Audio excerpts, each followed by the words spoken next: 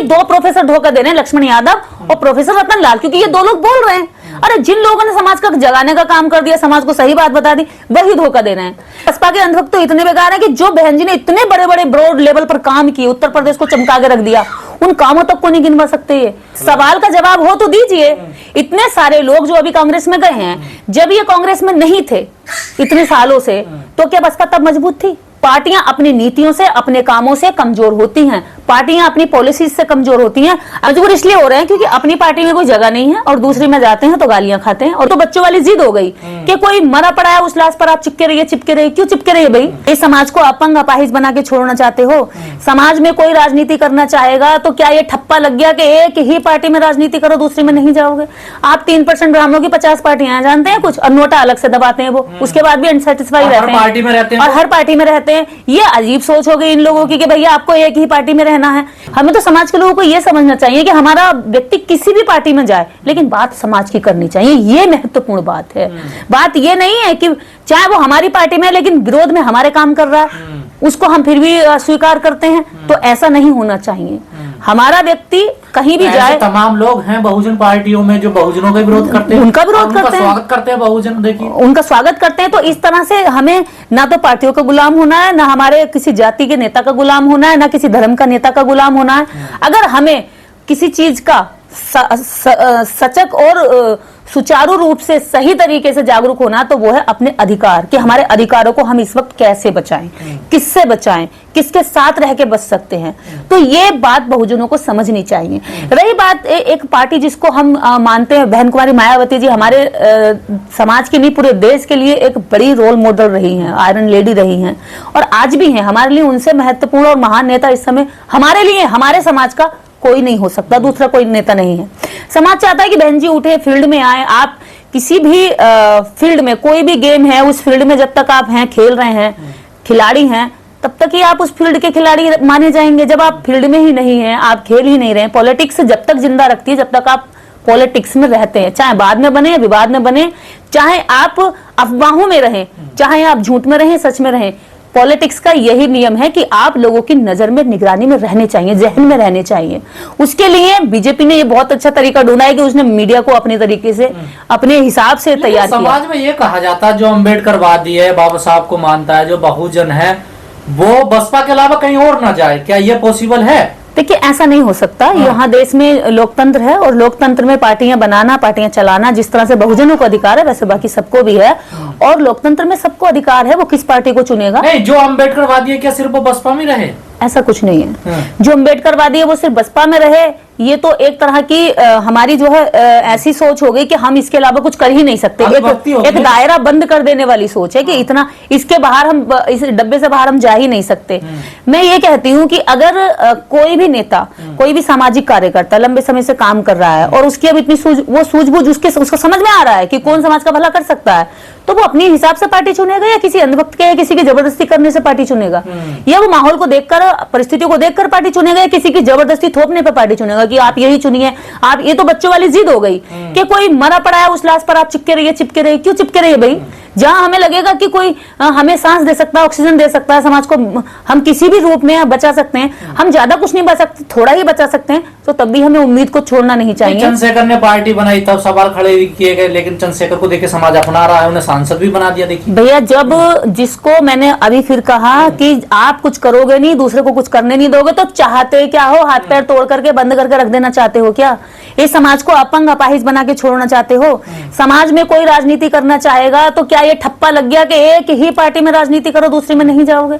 आप 3% ब्राह्मणों की 50 पार्टियां जानते हैं कुछ, और नोटा अलग से दबाते हैं वो, उसके बाद भी अनसेटिस्फाई रहते हैं, और हर पार्टी में रहते हैं। ये अजीब सोच हो गई इन लोगों की कि भैया आपको एक ही पार्टी में रहना है, आपको हर पार्टी में। अगर बसपा में ब्राह्मण नेता हो सकते हैं तो कांग्रेस में दलित नेता क्यों नहीं हो सकते? अब आप ये कहते हैं कि भैया यहाँ पे आपको नहीं जाना चाहिए, आपके यहाँ पे कोई पहचान नहीं है, लेकिन आज सोशल एक्टिविस्ट जो लोग बोल रहे हैं, जिन्होंने मुद्दे उठाए हैं, उन डायलॉग्स, उन स्लोगन्स को आज कांग्रेस स्वीकार कर रही है, उन ओबीसी के, एसटी के, बहुजनों के मुद्दों को बोल रही है। हाँ, पैदा तो उन्होंने किया हाँ, ये सारे कांग्रेस ही नहीं। और आप ये सोचिए कि जो मीडिया है, मीडिया इन मुद्दों पे आज चर्चा करने के लिए मजबूर हुई है, चाहे थोड़ी थोड़ी हुई है, मजबूर हुई है। इसके बाद आप सोचिए जो देश के अंदर लोगों की सोच बदलता है, लोगों को रोल मॉडल बनाता है, वो है इस देश में बॉलीवुड।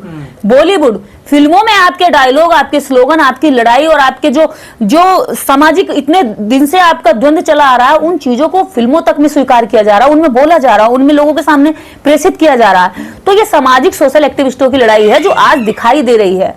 रही बात राजनीति की, तो राजनीतिक रूप से किसी भी सामाजिक जो कार्य करता है उसकी अपनी इच्छा होती है कि वो कहां जाएगा, किधर काम करेगा, कौन सी पार्टी को चुनेगा, उस पर दबाव नहीं होना चाहिए। जैसे ही रतनलाल जी शामिल हुए कांग्रेस में, लोग ये कहने लगे कि बाबा साहब को पढ़े लिखे लोगों ने धोखा दिया है, जो बाबा साहब भी कहते थे। देखिए, तो एक तो केवल अकेले प्रोफेसर यही नहीं है, खुद दिल्ली यूनिवर्सिटी में और भी सैकड़ों प्रोफेसर हैं, उन्हें कोई जानता भी नहीं कहाँ है, क्या नाम है, क्या नाम है, क्या कर रहे हैं, वो धोखा नहीं दे रहे। 2200 प्रोफेसर हैं दलित। हाँ, 2200 प्रोफेसर धोखा नहीं दे रहे, 2200 प्रोफेसर धोखा नहीं दे रहे। ये दो प्रोफेसर धोखा दे रहे हैं, लक्ष्मण यादव और प्रोफेसर रतनलाल, क्योंकि ये दो लोग बोल रहे हैं। अरे जिन लोगों ने समाज का जगाने का काम कर दिया, समाज को सही बात बता दी, वही धोखा दे रहे हैं।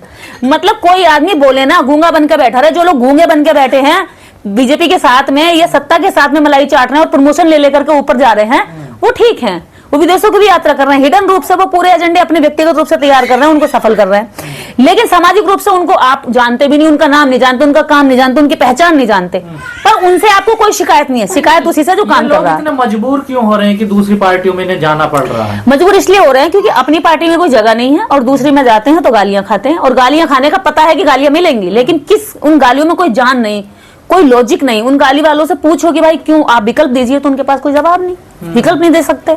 लेकिन कहीं जा रहे तो उनको रोकने के लिए एक तरीके की अंधभक्ति हो गई ना। देखिए, आप क्या सोचते हैं कि अंधभक्ति केवल उधर है? इधर की अंधभक्ति तो इतनी बुरी है, उधर के अंधभक्त तो रात दिन काम करते हैं अपनी पार्टी, उनकी पार्टियों ने कुछ काम नहीं करा, फिर भी उन पार्टियों के उस कामों को बढ़ा चढ़ाकर बढ़ाते हैं। लेकिन बसपा के अंधभक्त तो इतने बेकार है कि जो बहन जी ने इतने बड़े बड़े ब्रॉड लेवल पर काम किए, उत्तर प्रदेश को चमका के रख दिया, उन कामों तक को नहीं गिनवा सकते ये। उन्होंने स्कूल एजुकेशन क्षेत्र में इतने बड़े बड़े काम किए। आप खुद नोएडा में देख लीजिए, महामाया, पंचशील, सावित्रीबाई फूले, ऐसे बड़े इंटरमीडिएट स्कूल खड़े कर दिए, और जिनकी आप इमारतें देखेंगे ना तो आप सोचेंगे कि मुगलों के जमानों में इतनी बड़ी बड़ी, अंग्रेजों के जमाने में ऐसी बड़ी इमारतें खड़ी हुआ करती थी, मतलब हिस्टोरिकल इमारतें खड़ी की हैं। और इस देश के अंदर सबसे ज्यादा अगर उत्तर प्रदेश को चमकाने में जो सबसे बड़ा राजनीति का सूबा माना जाता है, ऐसे स्टेट को चमकाने में सबसे ज्यादा अगर किसी का नाम आगे आता है तो वो बहन कुमारी मायावती जी का आता है। ये भी सोशल मीडिया पर लिख रहे हैं कि बसपा को कमजोर करने के लिए रतनलाल कांग्रेस में गए हैं। कोई आदमी कहीं जा रहा है तो उसके जाने, इसका मतलब उनके ना जाने से बसपा मजबूत थी? सवाल खड़ा होता है, अगर वो बसपा में नहीं थे और बाहर थे, अभी तक तो नहीं थे, अभी तक तो नहीं थे, तो बसपा मजबूत थी क्या? सवाल का जवाब हो तो दीजिए। इतने सारे लोग जो अभी कांग्रेस में गए हैं, जब ये कांग्रेस में नहीं थे इतने सालों से, तो क्या बसपा तब मजबूत थी? कोई किसी भी पार्टी को कमजोर या मजबूत नहीं कर सकता। पार्टियां अपनी नीतियों से, अपने कामों से कमजोर होती हैं, पार्टियां अपनी पॉलिसीज से कमजोर होती हैं। अगर आज बसपा के अंदर क्षमता है तो इन लोगों को जाने से ये 4-5 चले गए, बाकी तो भी बहुत सारे बचे हैं, उन सबको रोका जाए, उन सबको बुलाया जाए, उन सबको कहा जाए कि चलिए एसआईआर के खिलाफ लड़ते, चलिए चुनाव आयोग के खिलाफ लड़ते हैं, जो हमारे वोट की चोरी कर रहा है, सारे आने को तैयार हो जाएंगे। जितने गए हैं ये सारे पछताएंगे कि यार हम गलत चले गए, हमने जल्दी कर दी, बहन जी ने अब सबको बुला रही और हम पहले अगर थोड़े दिन रुक जाते तो बहन जी के साथ हम भी होते। तो बहन जी इन सबको गलत साबित कर दें। बसपा के जो लोग कह रहे हैं वो इस बात को अपील करा दें एक बार। पर बसपा में से निकलने की तो खबर आती है नेताओं की, लेकिन ज्वाइनिंग की तो कोई खबर नहीं आती है। देखिए, ज्वाइनिंग होती होगी तो आती होगी या फिर हिडन रखी जाती, मुझे तो जानकारी है नहीं कि कोई ज्वाइन होने का कोई बड़ा चेहरा ज्वाइन हो रहा है इस वक्त पर उसका नाम आया हो, लेकिन ऐसा कभी होता नहीं। लेकिन बाहर निकलने की खबरें हर दिन आती रहती है, वो भी एक लेटर लिखा जाता है 4 लाइन का कि भैया जो है आपका जो है शिष्टाचार और आपकी जो है गैर जो है जिम्मेदारी, पार्टी विरोधी नीतियों के तहत आपको निकाला जाता है। 4 लाइनों में आदमी का पूरे जिंदगी का काम खत्म। मैं आज बता रही हूँ, मैं पिछले 12 से 13 वर्ष मुझे काम करते करते फील्ड पे हो गए। डेली गांव जाने का मेरा काम था। मेरी अभी 4-5 महीने से गतिविधियां रुकी हुई हैं। उसके पहले लगातार 13-14 साल मैंने लगातार गांव में काम किया। 12 साल तो मैंने ऐसे किया है, लगातार किया है। कुछ समय मेरा बीच में ऐसा हुआ कि मैं नहीं गई। आप ये लगाइए, मैंने हर गांव में बसपा का वो सच्चा कार्यकर्ता देखा जो कहते हैं ना लोग, ये दलाल हैं, ये बिक गए, ये तो वहां चले गए, तो वहां चले गए, तो इसके हो गए, उसके हो गए, पार्टी को छोड़ दिया, धोखा दे दिया, कमजोर कर दिया।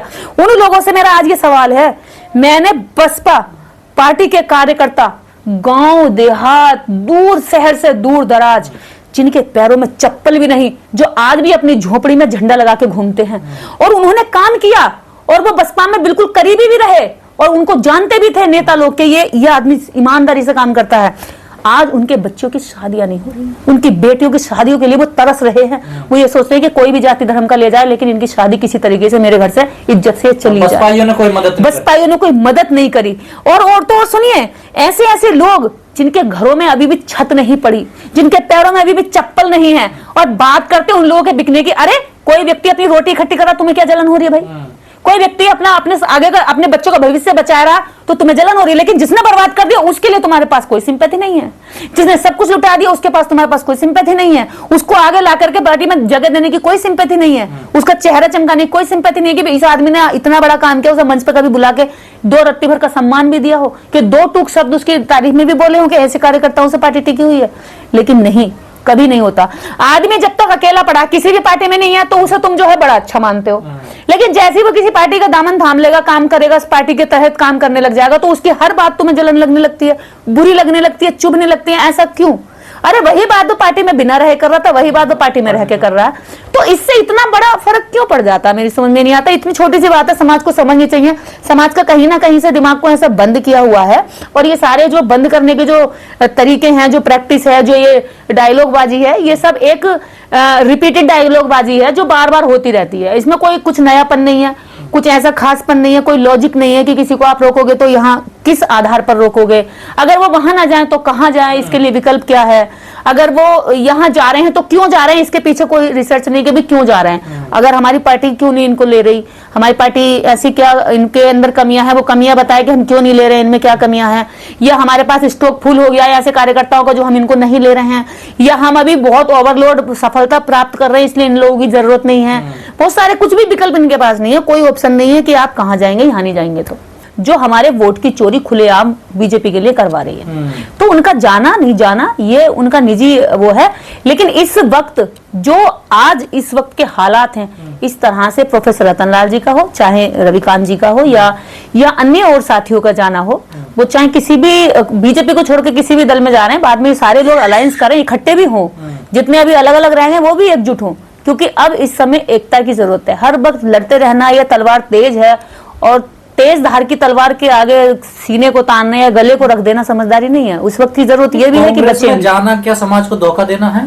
देखिए, कांग्रेस में जाना समाज को धोखा देना, ये जो आपने कहा है, ये एक पक्ष हो जाएगा। दूसरा पक्ष ये है कि अगर इस वक्त हमारे पास कोई विकल्प नहीं है तो जो लोग धोखा कह रहे हैं वो इनको विकल्प दे। क्या विकल्प होना चाहिए, है ना? जिस व्यक्ति को पॉलिटिक्स करनी है, राजनीति में जाना है, अपनी आवाज को बड़े स्केल पर लोगों तक पहुंचाना है और अपनी बात को अपनी कलम तक ले जाना है। यानी जब आप एक सोशल एक्टिविस्ट होते हैं तो आपके जो केवल आपके पास शब्द होते हैं, लेकिन आपकी कलम में जान नहीं होती है। पर जब आप सांसद बनते हैं, विधायक बनते हैं, मंत्री बनते हैं, तो आपके शब्दों के साथ साथ, आपके विचारों के साथ साथ आपकी कलम में भी ताकत आ जाती है। तो अगर कोई व्यक्ति इस लेवल पर अपना काम करना चाहता है तो इसमें क्या परेशानी है?